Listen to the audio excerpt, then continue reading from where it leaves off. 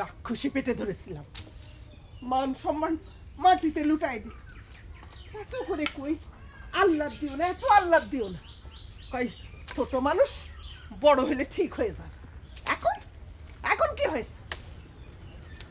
বাপ ভাইয়ের মুখে চুন কালিমা খাইছে, কিছু করতে গেলে মুখ দিয়ে খই ফুটতো।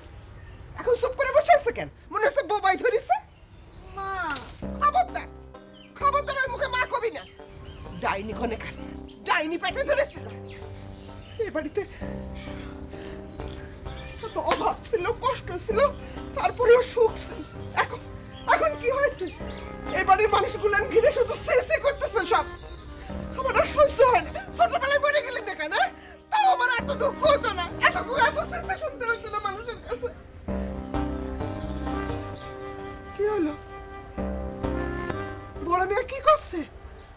আমাকে আর বর্গা দিবে না? এক গ্লাস পানি দাও তো। বড় মা কি করছে সেটা আগে কও না।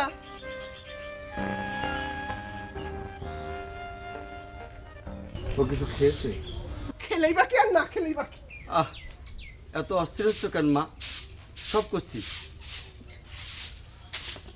তুই কিছু খাসনি কেন?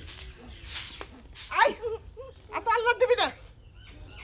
কান্তিছে আহ্লাদ, মনে হচ্ছে দোষ আমরা করেছি, তার জন্য উনি রাগ দেখাচ্ছে। রাবেয়া, একটা মানুষ না খায় কতক্ষণ থাকতে পারে? এরকম করতেছো কেন? এখনো শখ মেটেনি, মান সম্মান মাটির সাথে মিশিয়ে দিল, তারপরও তোমার শিক্ষা হলো না। সবই কপাল। জামা কিছু খেয়ে নে, না খেলে বাঁচবি কি করে? বাঁচার কি দরকার আছে? মরলে তো ঝামেলা শুকে যেত, কেউ আর কথা কইতে পারতো না। আহ, তুমি এমন করতেছো কেন রাবেয়া? আমি আর সহ্য করতে পারতেছি না। মানুষের মুখে এত কথা, বাইরে বেরোতে পারতেছি না, ঘরের মধ্যে থাকতে পারতেছি না। কোন মাস আই চাওয়াল পাওয়ালের দুর্নাম শুনতে। ভাবেছিলাম শাসন গর্জনে মায়েকে বড় করছি, লক্ষ্মী মেয়ে হয়ে গড়ে উঠবে, একটা সংসার হবে। আর এখন কি হলো? এখন কি হলো? আমার বুকের ভিতরটা ঝাঁঝরা হয়ে গেল। কুসুমের বাপ, আমার বুকের ভিতরটা ঝাঁঝরা হয়ে গেল।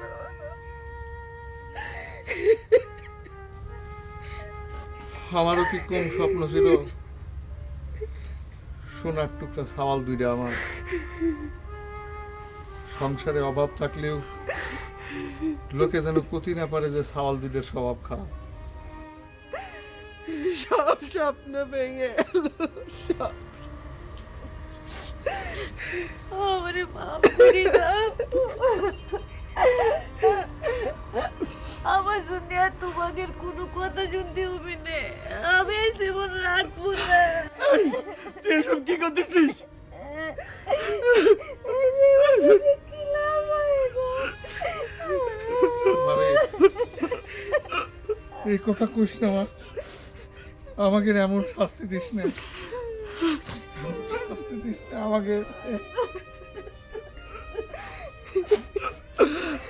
এখন কি হবে? কি হবে এখন? কি হবে? বড় মিয়া কইছে